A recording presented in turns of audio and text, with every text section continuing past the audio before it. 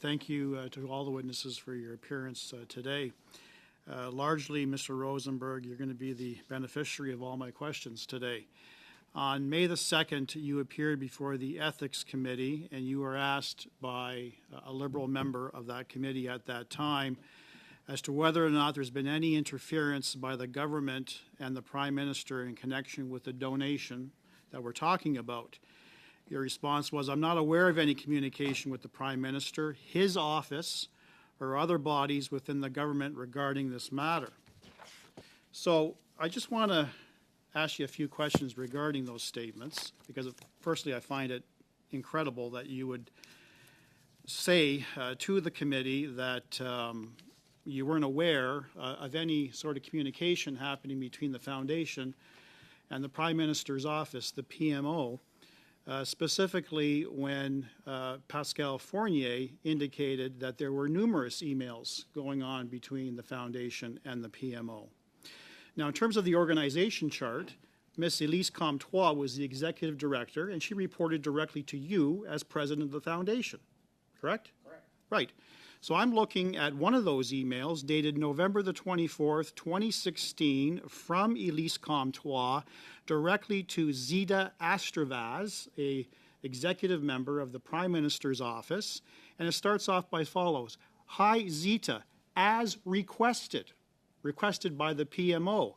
Please find below the key facts that we have been providing to the media who have contacted us regarding the 200,000 donation from Bin Zhang and New Ginshing. And you're saying to us, to the committee then, as you're probably going to say to me now, that you were absolutely not aware of that particular piece of communication. I don't believe that piece of communication was in the package, the access package. Certainly, I was not aware of it at the time that I gave this testimony. I think I said it was possible that there was communication, asking... Sir, with all due respect, you didn't say it was possible. You said you weren't aware, and that you were shocked that if there were communication, why wasn't it brought to your attention? So I'm asking the obvious question that everyone has here, really, what is going on at the Foundation that a person in the title of executive director who has to report directly to you is communicating directly with the PMO? Let's remember, the Prime Minister is on record, as well as his government, numerous times stating in the House that there was a firewall at all times between he and the government and the Foundation. This strikes definitely against that particular narrative. So why was that happening, and why were you not aware? First of all, this happened 8 years ago. Second of all, part of my answer was, if there were records at the Foundation that demonstrated this, why in the weeks leading up to the resignations did nobody contact me? Madame Fournier was not at the Foundation while these events happened. I was. But I had no idea what was going on at the Foundation, and I would have... Well, that is your view, and I disagree with it. I was at the Foundation rather than, deciding to... I don't know why they resigned. I think it would have been helpful if someone had called me and said, can you come in and talk about this? Because I think there is a very innocent set of explanations for everything that went on in relation to this donation. Okay, sir, I got to move on. Thank you. As well, Pascal Fournier testified at the Ethics Committee. She said, quote, her predecessor, Maurice Rosenberg, told the National Post in December 2016 that the Foundation didn't consider the donation to be foreign money because it was made by a company incorporated in Canada. She told MPs that this was actually a statement in the annual report when in fact the tax receipt itself mentions China. Her belief, I think this is something that is misleading to Canadians. Now, with respect to the documentation that this committee or other committees have actually received from the Foundation, I was privy to a business banking statement from the Foundation. This is the Bank of Montreal, and this is in regards to the first installment that was received on July the 25th, 2016, and I would well imagine your response is going to be, well, I'm the president I didn't see these statements, so I took it at face value that this was a Canadian donation, when in fact it's clearly spelt out, Mr. Rosenberg, that on July the 25th, this was an international donation, clearly stated in black and white, international donation credit to the credit of the foundation at the Bank of Montreal for $70,000. You're not aware of this particular banking statement, is that correct, sir? Particular banking statement. I don't believe it was part of the package. And if I could just, answer, because there was an allegation about discrepancies between the name of the, on the tax receipt and the name that was put into the annual report. And I was basically accused of misleading Canadians in this regard. And I'd like to know, what's the nature of the deception? We acknowledged that two wealthy Chinese businessmen, instead of a corporate vehicle through which they made the payment, actually were instrumental in this.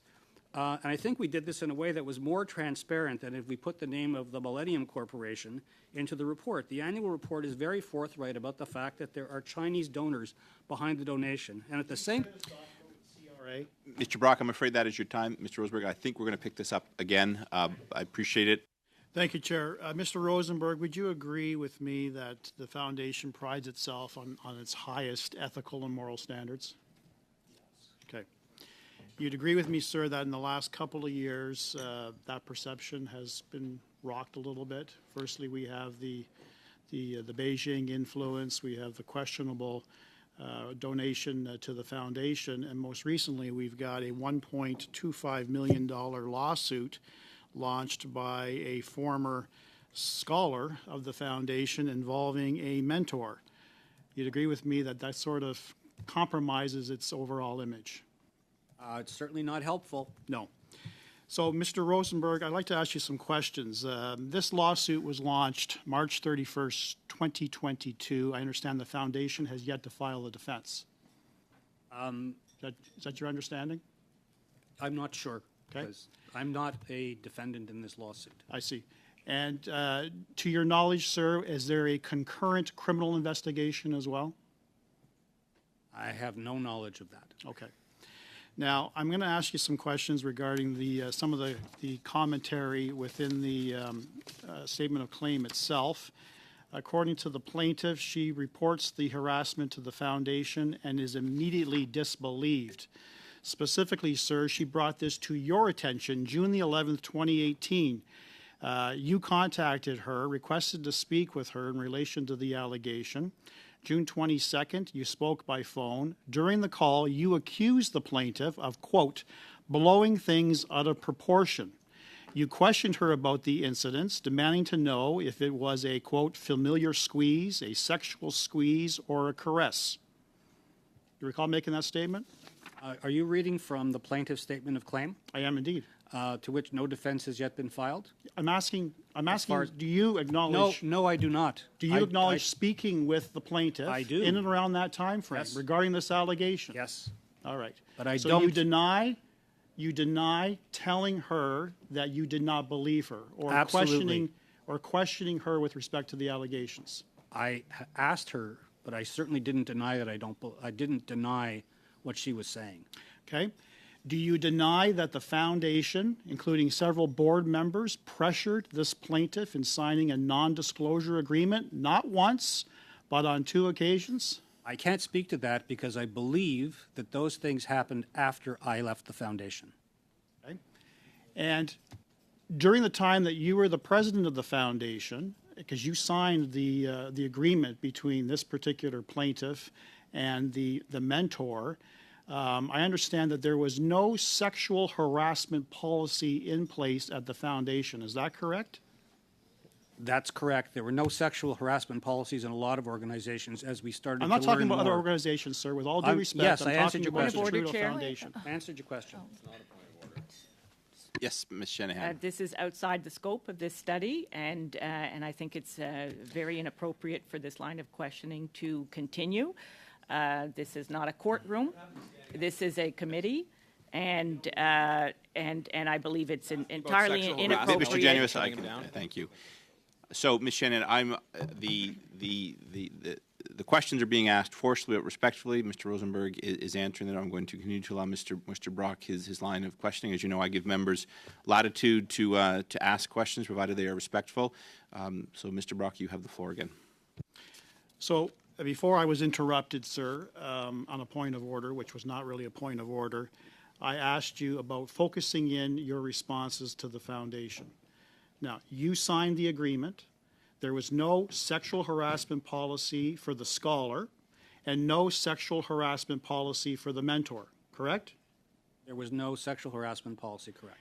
And do you acknowledge that the foundation is doing everything within its legal mandate to block this case from being heard? It was originally brought in British Columbia. Then it was brought to Newfoundland, where the allegations are allegedly to have occurred. And now you're suggesting, or at least the foundation is suggesting, that this be litigated in the province of Quebec. Do you acknowledge the foundation is doing that to her as well? I have not worked for the foundation since 2018, and I am not familiar with all the strategies the foundation is using. Are you not familiar with the news stories that are coming out with respect to these allegations, sir? I have you not seen- been privy to that? Well, I have seen the news stories. You haven't been speaking to current board members About this, no. about this particular allegation? No. Okay.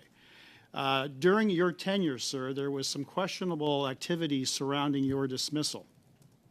Was this in relation to how poorly you handled this complaint? I addressed this at the other committee. So let me talk about this for a second, if you don't mind, because this really goes to my reputation. There was an intimation at the committee that I was fired. The chair of the other committee asked Madame Fournier whether I was fired. She said, gee, I don't know. I would suggest that she knows very well. Here is what happened. I had a 4-year contract with the foundation that ended in 2018. I lived in Ottawa and was commuting back and forth. In April of 2017, more than a year before I was supposed to leave, I told the chair that I did not want to renew my contract. I had very good evaluations all through, and I gave him more than a year's notice because I wanted the foundation to have the opportunity to have a proper process to find a successor, which they did, and they found Madame Fournier to be the successor. Madame Fournier and I then had an opportunity of overlap for several weeks to get her accustomed to the foundation.